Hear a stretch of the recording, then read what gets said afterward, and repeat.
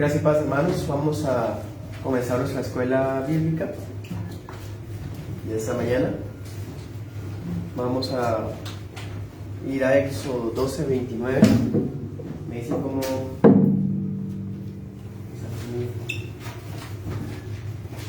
Bueno, estaré usando la Reina Valera 60 y esa es la predicación 38 de nuestra serie de Éxodo.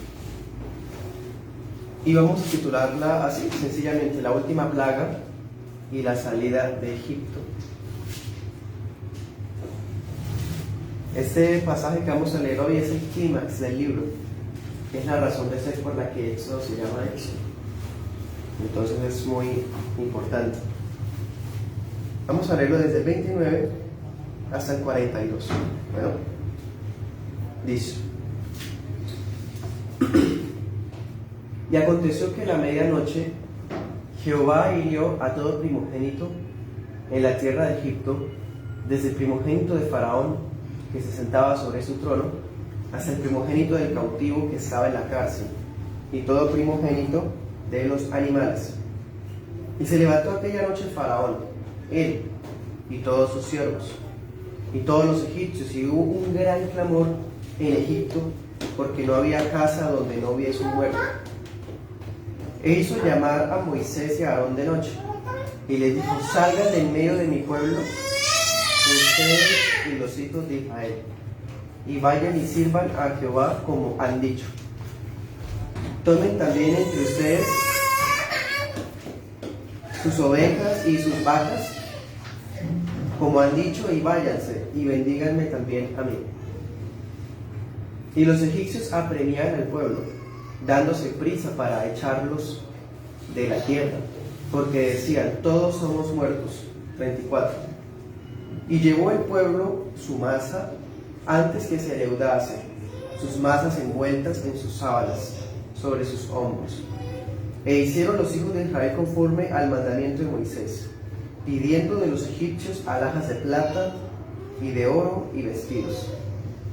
Y Jehová dio gracia al pueblo delante de los egipcios, y les dieron cuanto pedían. Así despojaron a los egipcios. Partieron los hijos de Israel de Ramesés a Sucot, como 600,000 hombres de a pie, sin contar a los niños. También subió con ellos grande multitud de toda clase de gentes y ovejas y muchísimo ganado. Y cocieron tortas sin levadura de la masa que habían sacado de Egipto, pues no había leudado, porque al echarlos fuera los egipcios no habían tenido tiempo ni para prepararse comida. El tiempo que los hijos de Israel habitaron en Egipto fue 430 años, y pasados los 430 años, en el mismo día, todas las huestes de Jehová salieron de la tierra de Egipto. Es noche de guardar para Jehová, por haberlos sacado en ella de la tierra de Egipto. Esta noche deben guardarla para Jehová todos los hijos de Israel en sus generaciones. Amén. Padre, que en esta mañana, al estudiar este pasaje, nos des la ayuda y la iluminación de tu Espíritu Santo para encontrar a Cristo, para ser guiados a toda verdad. Te exaltamos, Señor nuestro Dios, en gratitud por este día que nos permites para servirte. En el nombre de Jesús. Bueno, hermanos, aprovecho esta oportunidad para corregir algo que dije en el culto anterior. En la enseñanza anterior yo les decía que la Pascua comenzaba un domingo. Sin embargo, no es así. Corrijo eso. Y la Pascua realmente viene comenzando entre las 2 tardes del viernes y el sábado. Bueno, entonces dejo esa corrección a la merced de ustedes. Comencemos ahora, hermanos, en esta enseñanza del versículo 29. Ya los israelitas han cumplido las instrucciones para la primera Pascua. Es decir, ya habían celebrado, ya habían sacrificado el corderito, ya habían aplicado la sangre, ya habían sacado la levadura de su casa, ya habían celebrado todo tal cual. El Señor pasó por Egipto matando a sus primogénitos. Anótese esta cita bíblica, 11 del 4 al 5. Bueno, es un texto paralelo. Dios pasó por el país matando a los primogénitos. Ahora pensemos esto. ¿Cuántas veces ocurría en los tiempos de antes que habían primogénitos que no eran verdaderamente primogénitos, eran hijos mayores que eran pasados por hijos mayores? ¿O cuántas veces, por ejemplo, se daban en adopción o se tomaban como cautivos otro tipo de hijos? Por ejemplo, un segundo hijo, un tercer hijo. Digo esto porque solo Dios sabe con certeza quién era el primogénito. Y eso aplica también para los animales. ¿Cómo sabe alguien, después de tener un cierto número de ganado, cuáles animales eran los primogénitos? Solo Dios sabía quiénes eran los primogénitos. Entonces, esta plaga, ya Moisés había anunciado en el texto que les di, la llegada de la muerte para los primogénitos. Así que está demostrando que Dios sabía con certeza quiénes eran los primogénitos, tanto de hombres como de animales. Eso es una señal de soberanía, de un poder soberano que llega directo contra su víctima. A la medianoche no se pueden escapar. Dios sabe quién era el hijo mayor y Dios iba por ese hijo mayor. No solamente destaca el poder soberano, también se destaca la omnisciencia de Dios, que todo lo sabe, y por supuesto su omnipresencia. Porque quiero aclararles que no significa que Dios haya aparecido como una especie de espectro de sombras, yendo por las cuadras de Egipto matando uno por uno. No, todos a la vez murieron a la medianoche. El Dios omnipresente que estuvo en una puerta de un barrio de Egipto al occidente, es el mismo Dios que está en la puerta de un barrio de Egipto al oriente. Y todo fue a la vez. Cayeron todos los muertos en Egipto. Versículo 30. Por eso, todos los egipcios, dice la palabra, desde Faraón hasta todos sus siervos, despertaron por los gritos de desesperación por la muerte de sus hijos. Ahora notemos algo. A esa hora se supone que toda la nación está dormida. Todos están durmiendo. ¿Cuántas veces hay gente que amanece muerta después de haber dormido y se dan cuenta de la muerte de la persona hasta el otro amanecer, ¿cierto?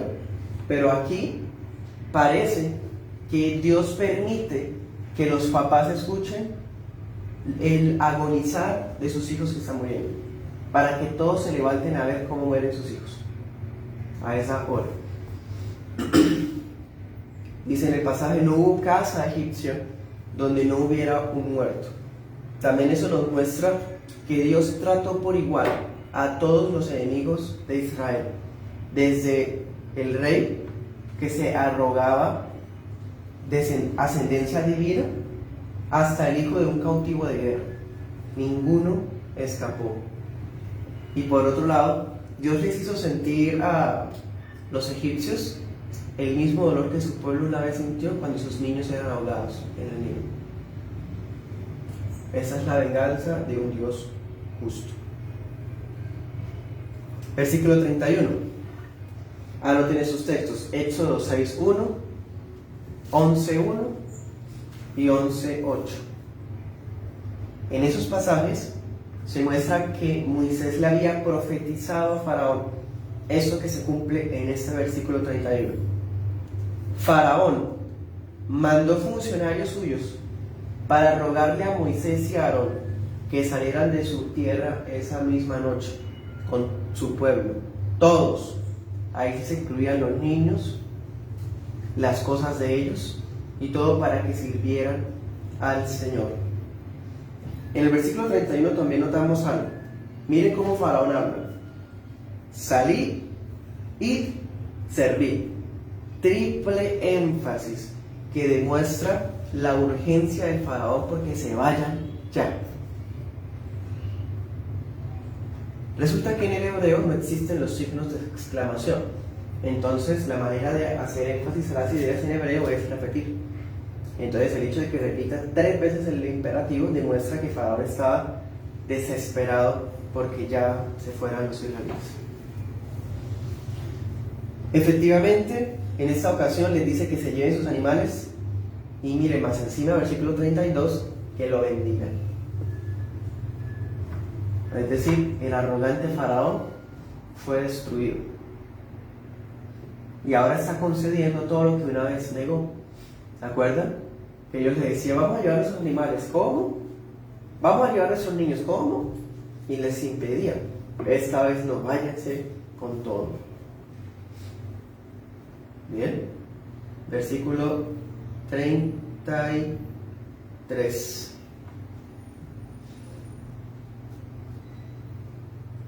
Todos los egipcios apremiaban a los israelitas para echarlos. Llegó un punto en el que ya todo el mundo tenía miedo, todo el mundo iba a morir. Ya murieron, había muerto el ganado con úlceras.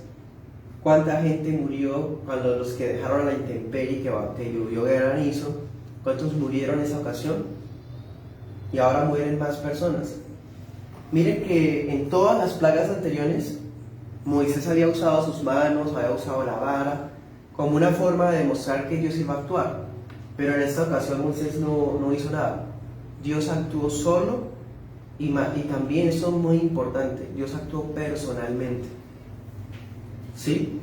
Es decir, Dios ejecutó su juicio contra Faraón y su pueblo, él personalmente, como vimos la semana pasada, sea que haya usado ángeles o no, es Dios sin ningún tipo de señal humana. Bueno, por otro lado se está cumpliendo la amenaza de Dios contra el faraón. Éxodo 4:23. Vamos a mirarlo. Éxodo 4:23. Dice, eso le había dicho Moisés a Faraón: ya te he dicho que dejes ir a mi pueblo, a mi hijo, para que me sirva, mas no has querido dejarlo ir. He aquí, yo voy a matar a tu hijo, tu primogénito. En esa ocasión Dios había dicho, Israel es mi primogénito, y como tú no quieres dejarlo salir para que me sirva, voy a matar a tu primogénito. En este versículo donde estamos hoy, Dios le cumple la amenaza a Faraón. Un Dios que cumple sus promesas, pero que también cumple sus amenazas. Por lo menos, las amenazas bíblicamente, Dios en su gracia y misericordia muchas veces las posterga e incluso otras no las lleva a cabo. Pero cuando Dios lleva a cabo sus amenazas, como en esta ocasión, demuestra que ya se ha hecho todo para que el corazón endurecido se ablandara y no se pudo. Entonces, ese juicio es una forma de castigar al faraón. También otro detallito para aclarar. Alguno podría pensar que mueren todos los primogénitos, entonces pensemos el señor allá de la cuadra, el viejito que era hijo primogénito, ¿todos murieron los primogénitos? No. ¿Se acuerdan que dice que desde el faraón hasta el hijo del cautivo? Da a entender que los primogénitos que mueren son los menores de edad. Mueren los niños, los muchachos, ¿sí? Los adolescentes, no todo el mundo que sea primogénito. Porque la señal era que los hijos murieran. En eso consistía esta plaga. Bien.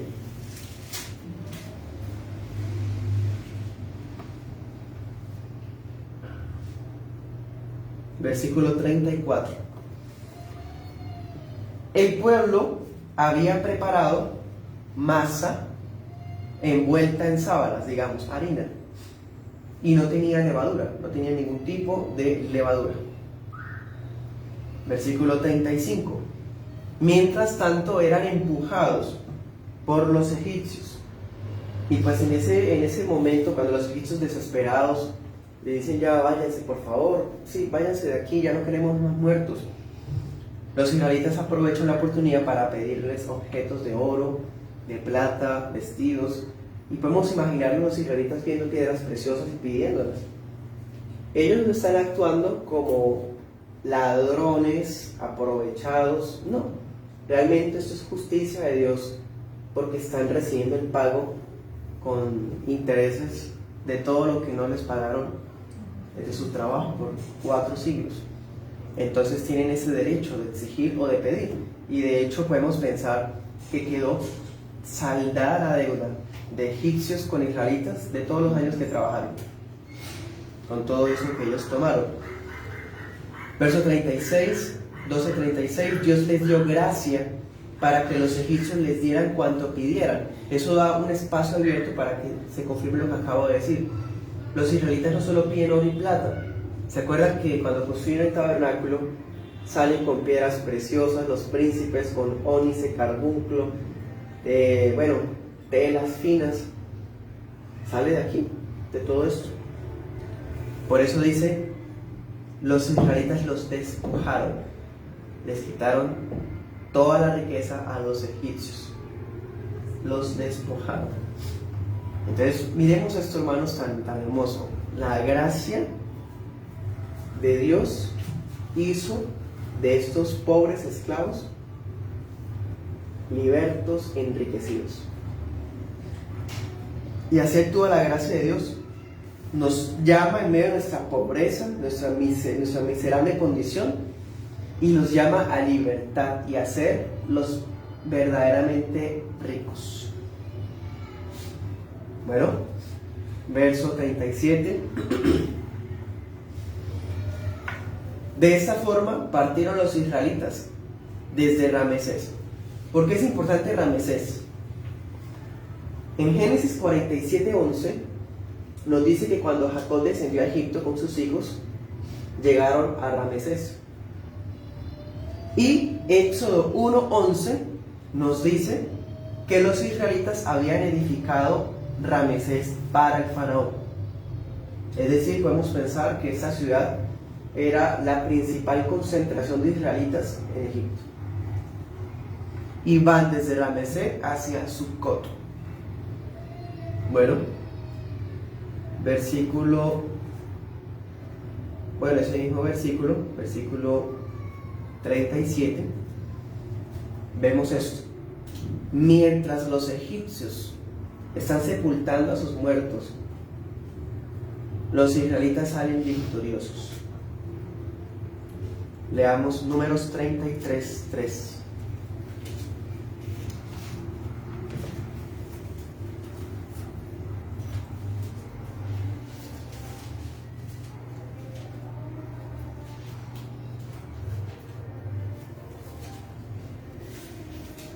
Dice: de Ramesés salieron en el mes primero, a los 15 días del mes primero, claro, porque ya habían pasado las 2 tardes, ya era de noche, y la noche comienza el siguiente día. O sea, ya no era el 14 cuando se mató el Cordero Pascual, sino era el día 15 cuando ellos salieron de Egipto. Dice, el segundo día, de la Pascua salieron los hijos de Israel con mano poderosa a vista de todos los egipcios, mientras enterraban los egipcios a los que Jehová había herido de muerte de entre ellos, a todo primogénito. También había hecho Jehová juicios contra sus dioses. Imagínense en esa escena. Están saliendo los israelitas orgullosos con la cabeza en alto, y los egipcios destruidos, viendo cómo ellos se van. Los están viendo cómo se van. Bueno, nos dice la palabra que eran unos 600,000 hombres, ¿sí? Y nos dice explícitamente también que no se están contando los niños.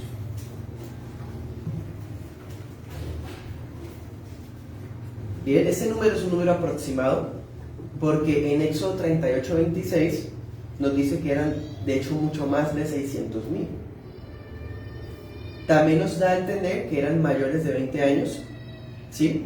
Y otro detalle es que dice que son 600,000 hombres de a pie. O sea, los hombres van a pie, van saliendo de Egipto a pie. Eso nos puede insinuar lo que dice Génesis 31:17. Jacob, cuando salió de donde Labán, montó a sus esposas y a sus niños en los asnos, en los burritos y en los camellos. Entonces los esposos iban a pie, pero sus esposas y los niños iban montados en los animales de carga. Recordemos que los israelitas eran ganaderos, pastores de ovejas, tendrían suficientes animales para que sus familias sí fueran cómodamente y ellos sí fueran a pie. Un detalle de caballerosidad bíblica. Bueno, hermanos, Dios cumplió sus promesas a Jacob. Leamos la Génesis 46:3.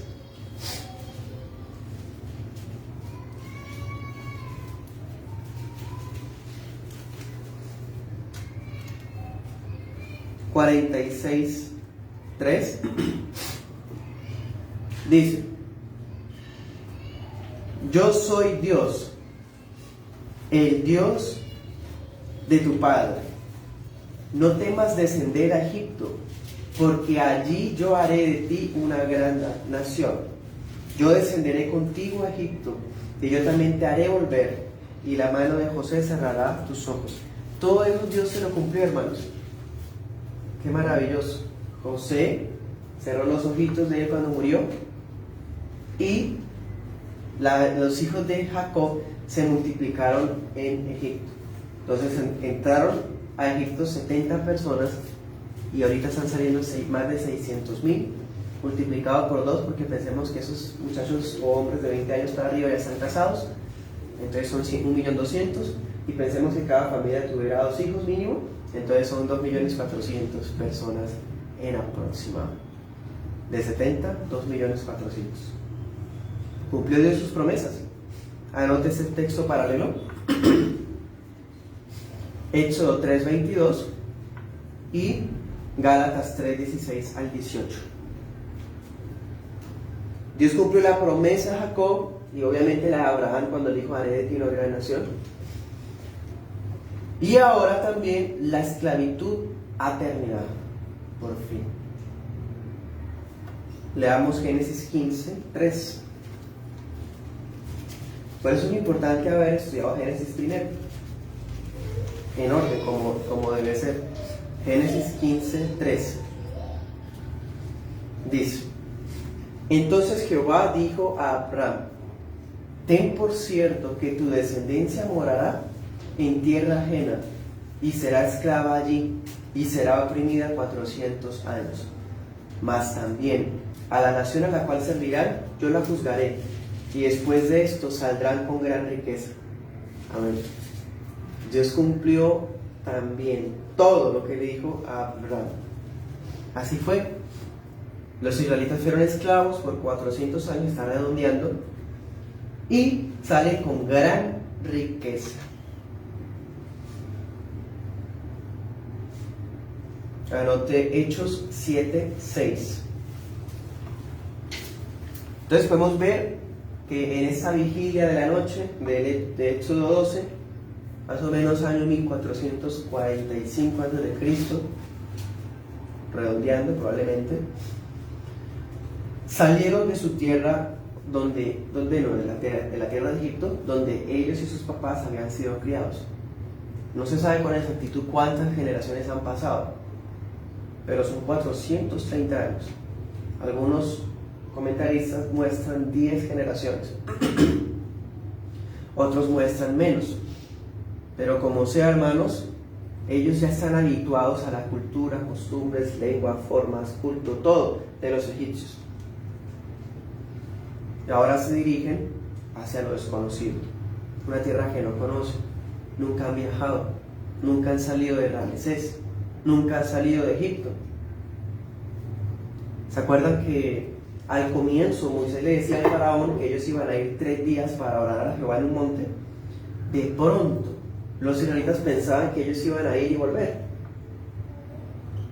o de pronto los israelitas pensaban que la tierra prometida quedaba cerca.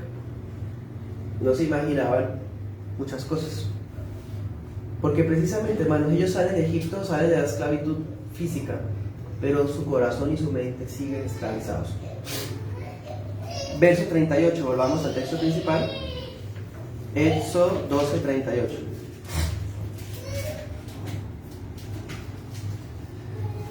Bueno, salen 600,000 hombres de a pie, ¿no? Y luego dice: también subió con ellos grande multitud de toda clase de gentes. Esto nos muestra que entre esos 600,000 no están siendo contados esos fulanos. Esa gente, dice en otra versión, esa gentuza que se les junta, no son israelitas ni son parte de ese número de 600,000. Muchos gentiles se les unieron, Y dice que fueron con todo y su ganado. Hermanos, miremos algo. En los días de hoy, cada país ofrece sus propias reglas para obtener la ciudadanía. Pero por naturaleza nadie puede cambiar su proveniencia. Es decir, podemos ser colombianos y tener ciudadanía de otro país, pero vamos a seguir siendo colombianos, aunque tengamos otra ciudadanía o llegásemos a perder la propia.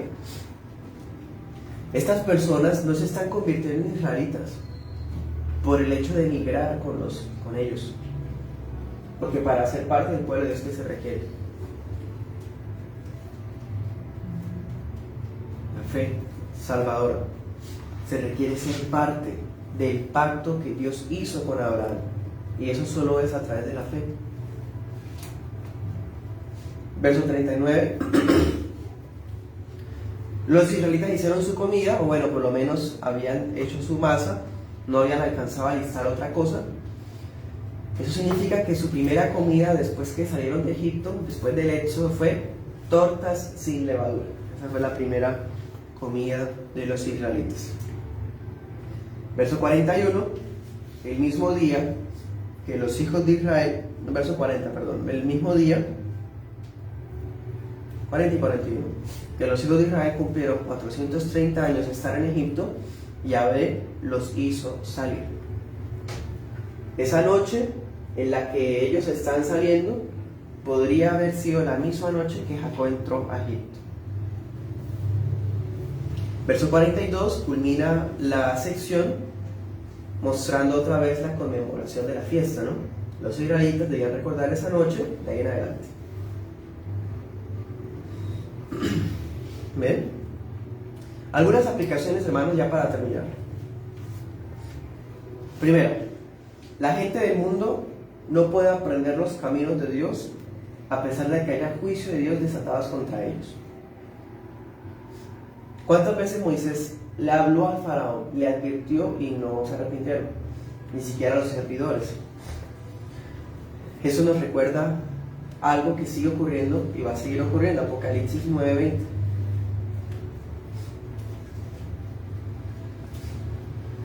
Dice: los hombres que no fueron muertos con estas plagas, ni aún así se arrepintieron de las obras de sus manos, ni dejaron de adorar a los demonios y a las imágenes de oro, de plata, de bronce, de piedra y de madera, las cuales no pueden ver, ni oír, ni andar, y no se arrepintieron de sus homicidios, ni de sus hechicerías, ni de su fornicación, ni de sus hurtos.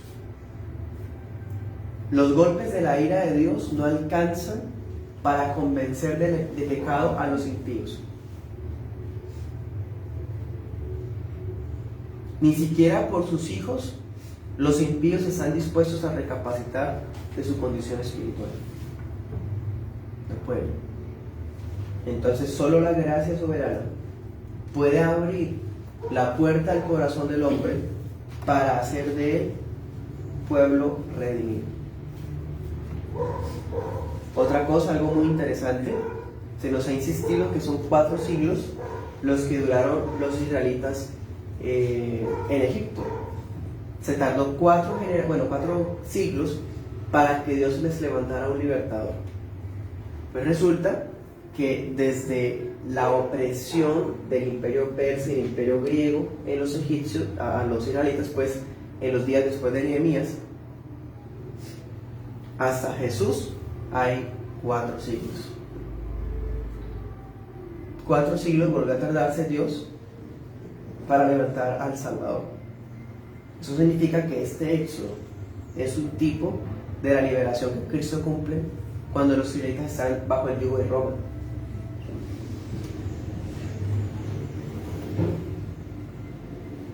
Pero Cristo no venía a hacer un éxodo físico, sino un éxodo espiritual del pecado y de Satanás hacia una nueva vida. Y ahora gentuza se uniría al pueblo de Israel, gente de toda clase de personas mixta se unirían, pero esta vez no por conveniencia. Los que se unieron a los israelitas eran, pensemos, otros esclavos, gente igual de miserables a ellos, que aprovecharon la oportunidad para escapar con ellos. Porque no fueron egipcios que admiraron al Señor. Era gente que aprovechó la oportunidad para escapar. Y uno que otro que habrá sido sorprendido de un Dios que venció a todos los demás. Y vamos a darnos cuenta más adelante que esa gente que se les mezcló, se les metió, esas personas van a ser piedra de tropiezo para los israelitas después. Porque las murmuraciones, cuando ellos les dan ganas de comer carne y todo eso, va a ser porque esa gente va a empezar a quejarse.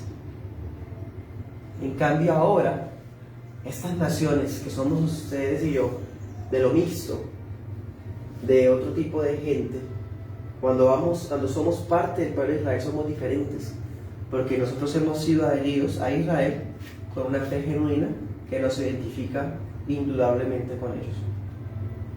Muy diferente. Aunque pues como que crece el trigo con la cizalla, no se puede negar que siempre habrá parte de esa gentuza inconversa en medio de las membresías. Bueno, si tienen alguna pregunta del texto o de sus devocionales, pueden hacerlas.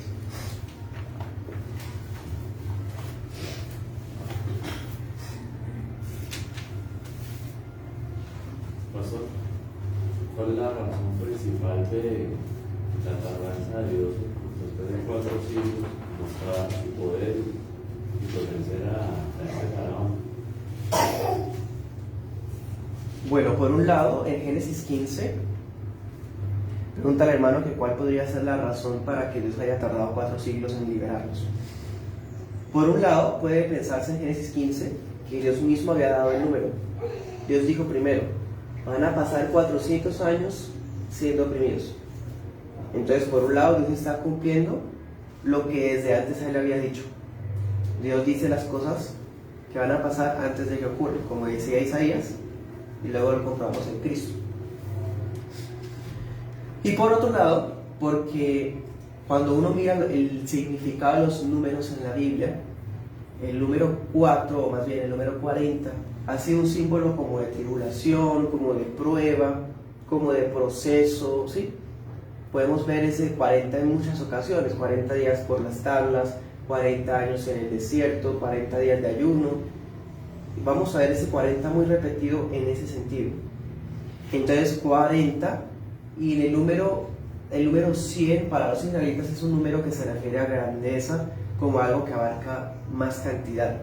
Entonces 40, 400, da a entender que es un periodo de prueba extendido para su pueblo. Entonces esas pueden ser las dos razones. Pastor, cuando habla de los primogénitos, dice que morirá todo hijo varón. En ese caso, si eran mujeres las primeras hijas y no había más varoncitos, digamos, en el hogar, ¿se puede contar como primogénito? Bueno, pregunta a la hermana si en una familia solamente había niñas y ellas eran las primogénitas, ¿podrían contarse como primogénitas? Bueno, por un lado, hermana, tengo cierta duda, cierta falta de fuentes como para responder certeramente, pero yo creería que solamente incluye varones, debido a que el concepto de primogénito estaba relacionado con las herencias, y los herederos eran los varoncitos. ¿Se acuerdan que en Números las hijas de Zelofejad, ellas eran las únicas hijas? Y ellas dicen, Señor, pero es que no tuvimos más hijos. Bueno, mi papá no tuvo más hijos, no es justo que nuestra herencia del nombre de nuestro padre se borre y nos quedemos sin herencia. Entonces, en Números, Dios le da herencia a las mujeres. Eso da a entender que de ahí para atrás eso no ocurrió. Entonces, podemos pensar que los primogénitos son solamente varones. Pastor, y las personas que dicen que la gentuza, ¿hay alguna idea de dónde eran? O sea, ¿quiénes eran? Porque si los esclavos eran los israelitas, eso era como lo más bajo en ese momento. Entonces, ¿quiénes eran la gentuza? Recordemos un ejemplo. Moisés en el libro de Números se va a casar con una cusita, una etíope. Egipto tenía relaciones internacionales con los hititas en algunas ocasiones y con los etíopes. Pero también había mucho esclavo como producto de la guerra. Los botines de guerra incluía gente, incluía esclavos. Un soldado que se encontraran, una ciudad que invadiera, la gente las tomaban como esclavos, ¿sí? Entonces los israelitas no eran los únicos esclavos, realmente había muchos más esclavos de otros tipos de nacionalidades. El hecho que diga gentes mixta nos da a entender que son muchas nacionalidades, gente de África, de Medio Oriente y probablemente del sur de Europa.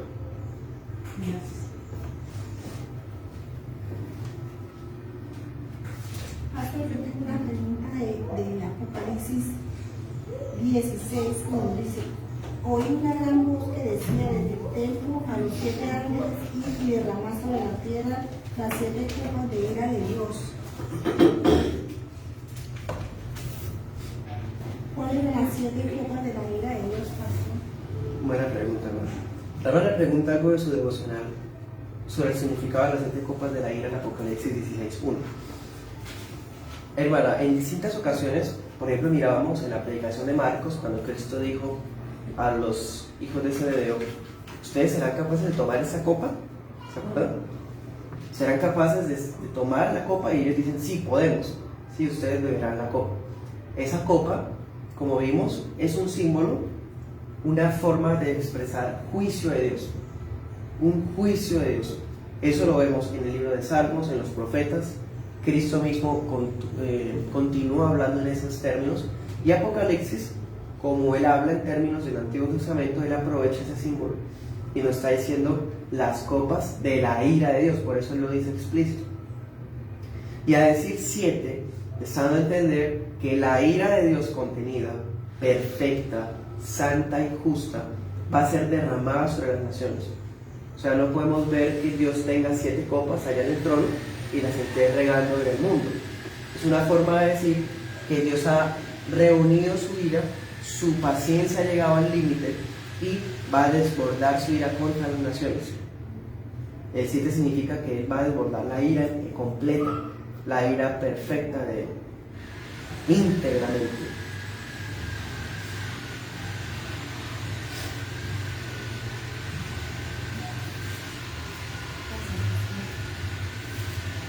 Cuando se habla de que el Señor les manda a guardar ese día, pues sí, en todos los tiempos, eso es hasta el Señor Jesús.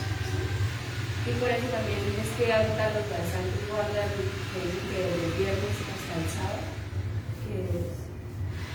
Sí, señora, efectivamente. Allá me pasa en Éxodo 12, que nos dice que ellos debían conmemorar esa noche. Se refiere a lo que él dijo al comienzo del capítulo.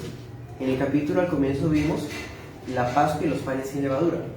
Entonces en ese versículo él vuelve a recordar lo que ya dijo antes en las instrucciones.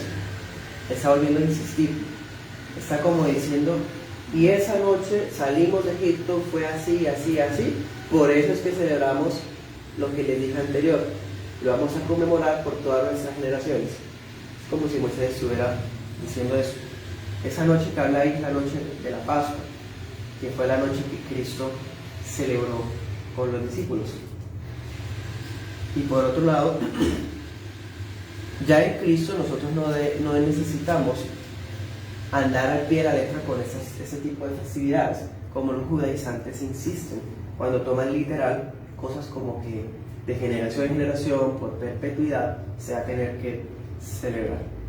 Realmente, solamente los judaizantes tienen ese tipo de aplicaciones literalistas, pero la iglesia en Cristo ya no andamos en ese tipo de vigilias, ni tampoco de fiestas judías. Nos basta celebrar la cena del Señor en el día del Señor. Pastor, y esos intrusos que se fueron con ellos, ¿ya que nunca arrepintieron? O... Probablemente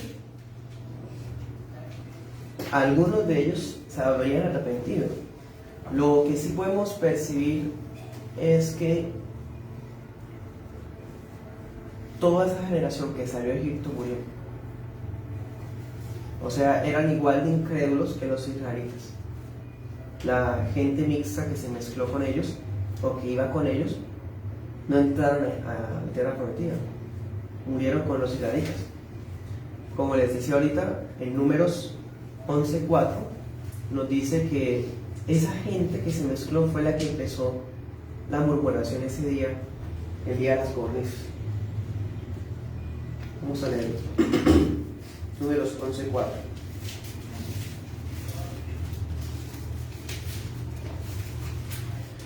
Dice: la gente extranjera que se mezcló con ellos tuvo un vivo deseo, y los hijos de Israel también volvieron a ayudar y dijeron: ¿quién nos diera a comer carne?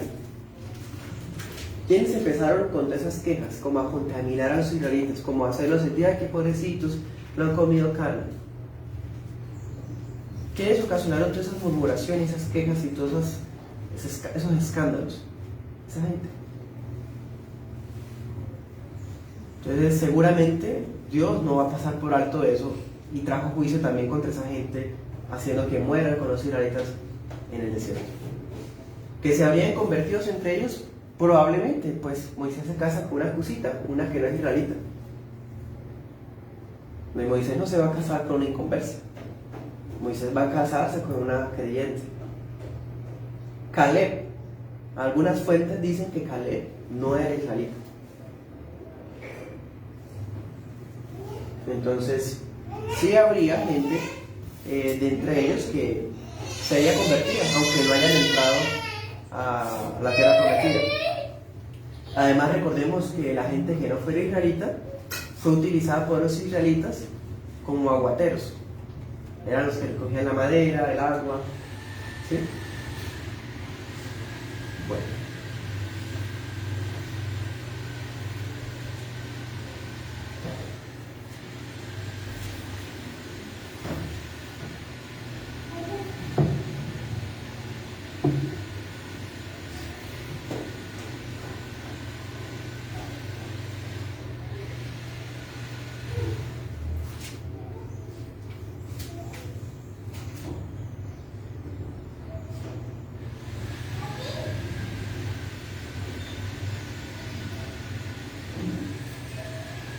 Cuando el faraón le dice a Moisés que lo bendiga, él también simplemente es por el hecho de que estaba pues con el temor de que se le estaba matando a todos. De pronto tuvo algún viento de que sí creyó en el Dios que estaba haciendo justicia. Muy bien, hermana, eso lo tenía yo y lo pasé por alto. El faraón le dice: váyanse, váyanse, váyanse y bendigan. Esa bendición que pide el faraón es como una despedida. Es como una despedida, pero también es como si estuviera rogando: ya Dios puede quitar su mano en nosotros porque ya les di lo que querían. También es una forma de decir: váyanse, pero que su Dios no continúe castigándonos, que no siga enojado contra nosotros. Porque si ellos se van, ¿qué tal Dios se quede con ellos castigándonos? Entonces, por eso Él dice: váyanse, adoren a Dios y bendíganme allá. Pastor, y con respecto a esa que precisamente nombró la hermana, realmente lo ha olvidado, cuando dice bendíganme, pastor, eso me trae mucho a la realidad que muchas personas hoy día dicen: te bendigo en el nombre de Cristo, o yo te bendigo.